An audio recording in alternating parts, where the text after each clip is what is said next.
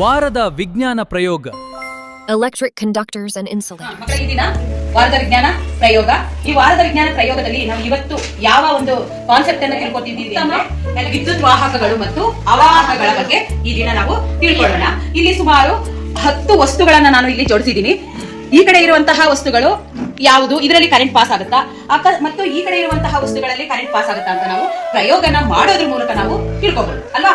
ಅಲ್ಲಿ ಬಲ್ಬ್ ಹತ್ತುತ್ತಾ ಇಲ್ವಾ ಅನ್ನೋದನ್ನ ನಾವು ಪರೀಕ್ಷೆ ಮಾಡಿ ತಿಳ್ಕೊಂಡಾಗ ಅದು ಉತ್ತಮ ವಿದ್ಯುತ್ ವಾಹಕನ ಅಥವಾ ಅಲ್ವಾ ಅನ್ನೋದನ್ನ ನಾವು ಇವತ್ತು ಈ ಒಂದು ವಾರದ ವಿಜ್ಞಾನ ಪ್ರಯೋಗದಲ್ಲಿ ನಾವು ತಿಳ್ಕೊಳ್ಳೋಣ. ಈಗ ಮೊದಲಿಗೆ ನಿಸರ್ಗ, ಅವಳು ಎರಡು ಇದನ್ನ ಟಚ್ ಮಾಡ್ತಾಳೆ. ಇಲ್ಲಿರೋದು ಯಾವ್ಯಾವ ವಸ್ತುಗಳು ಒಂದ್ಸತಿ ಹೇಳ್ಬಿಡಿ.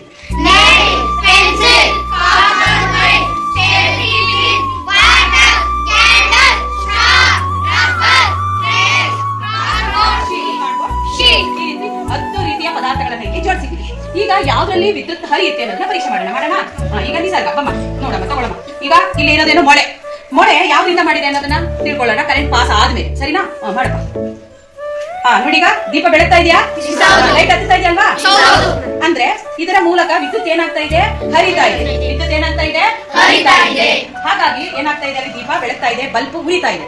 ಆಗ ಇದನ್ನ ನಾವು ಉತ್ತಮ ವಿದ್ಯುತ್ ವಾಹಕ ಅಂತೀವ ಅಥವಾ ಅಲ್ವಾ? ಇದು ಗುಡ್ ಕಂಡಕ್ಟರ್, ಉತ್ತಮ. ನೋಡಿ, ಬಲ್ಬ್ ಉರಿತಾ ಇದೆಯಾ? ಆ ಪೆನ್ಸಿಲ್ ಮೇಲ್ಗಡೆ ಇರೋದು ಯಾವ್ದ್ರಿಂದ ಮಾಡಿದೆ, ಮರ. ಆ ಒಳಗಡೆ ಇನ್ನೊಂದಿದೆಯಲ್ಲ ಮೊಳೆ ರೀತಿ, ಏನದು ಪೆನ್ಸಿಲ್ ಅಂತ ಹೇಳ್ತೀವಿ. ಅದ್ರೊಳಗಡೆ ಇರುವಂತಹ ಆ ವಸ್ತು ಗ್ರಾಫೈಟ್. ಅದ್ರ ಮೂಲಕನೂ ಕೂಡ ತುಂಬಾ ಸರಾಗವಾಗಿ ವಿದ್ಯುತ್ ಏನಾಗುತ್ತೆ, ಹರಿಯುತ್ತೆ ಅಲ್ವಾ. ನೆಕ್ಸ್ಟ್ ಪ್ರೀತಮ್, ಅವ್ನು ನೋಡೋಣ. ಈಗ ಸ್ಟ್ರಾ ಪರೀಕ್ಷೆ ಮಾಡ್ತಾನೆ ಅವನು.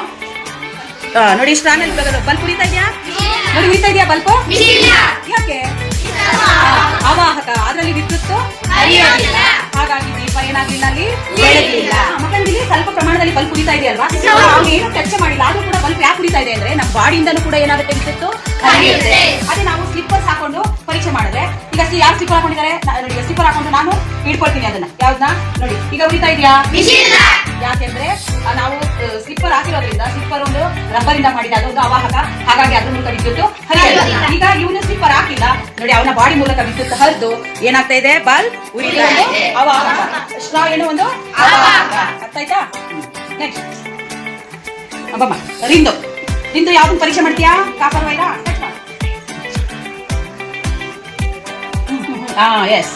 ನೋಡಿಗ ಮಕ್ಕಳೇ, ನೋಡಿ, ಇದೊಂದು ಇಲ್ಲಿ ಇಟ್ಟಿರುವಂತದ್ದು ನಮ್ಮ ಮನೆಗಳಲ್ಲಿ ಕರೆಂಟ್ ಅನ್ನ ತಗೊಂಡ್ಬರಕ್ಕೆ ಆಗ್ತಾರಲ್ಲ, ಆ ವೈರನ್ನ ಇಲ್ಲಿ ಇಟ್ಟಿದ್ದಾರೆ. ಅಲ್ಲಿ ಒಳಗಡೆ ಇರುವಂತಹ ತಂತಿಯ ಮೂಲಕ ಏನಾಗುತ್ತೆ, ವಿದ್ಯುತ್ ಹರಿಯುತ್ತೆ. ಆ ಮೇಲ್ಗಡೆ ಕೋಟಿಂಗ್ ಇದೆಯಲ್ಲ, ಅದು ಪ್ಲಾಸ್ಟಿಕ್, ಅದು ಬಂದು ಅವಾಹಕ. ರಬ್ಬರ್ ಅನ್ನ ಪರೀಕ್ಷೆ ಮಾಡ್ತಾ ಇದ್ದಾನೆ. ಬಲ್ಬ್ ಉರಿತಾ ಇದೆಯಾ? ಹಾಗಾದ್ರೆ ಇದು ವಾಹಕನ ಅವಾಹಕ. ಯಾವ ಪರೀಕ್ಷೆ ಮಾಡ್ತೀಯಾ? ಸೇಫ್ಟಿ ಪಿನ್ ಟಚ್ ಮಾಡಿ ನೋಡೋಣ. ಹೀಗೆ ಹಿಂಗೆ. ಎಸ್. ನೋಡಿ, ಬಲ್ಬ್ ಎಷ್ಟು ಚೆನ್ನಾಗಿ ಉರಿತಿದೆ ಅಲ್ವಾ?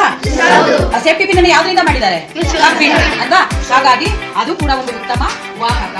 ನೆಕ್ಸ್ಟ್ ಮಹಾಲಕ್ಷ್ಮಿ ಇವಾಗ ಥ್ರೆಡ್ ಮೂಲಕ ಪರೀಕ್ಷೆ ಮಾಡ್ತಾ ಇದ್ದಾಳೆ.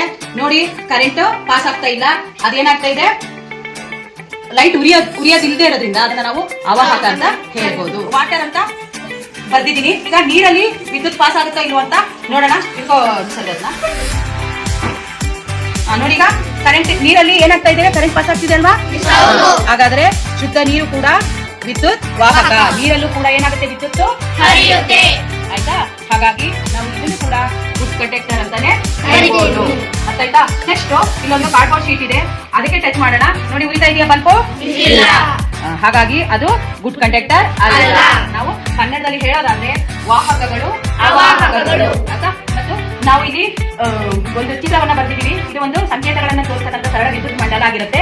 ಇಲ್ಲಿ ಈ ಚಿತ್ರ ಏನನ್ನು ಹೇಳುತ್ತೆ ಅಂದ್ರೆ, ಅದನ್ನ ಬ್ಯಾಟರಿ, ಸ್ವಿಚ್ ಮತ್ತೆ ಲೈಟ್. ಇಲ್ಲಿ ಇದು ತೆರೆದ ವಿದ್ಯುತ್ ಮಂಡಲ. ಈ ಬ್ಯಾಟರಿ ಇದನ್ನ ಇಲ್ಲಿ ಟಚ್ ಮಾಡಿದಾಗ ಏನಾಗುತ್ತೆ, ಇಲ್ಲಿ ಬಲ್ಬ್ ಉರಿಯುತ್ತೆ.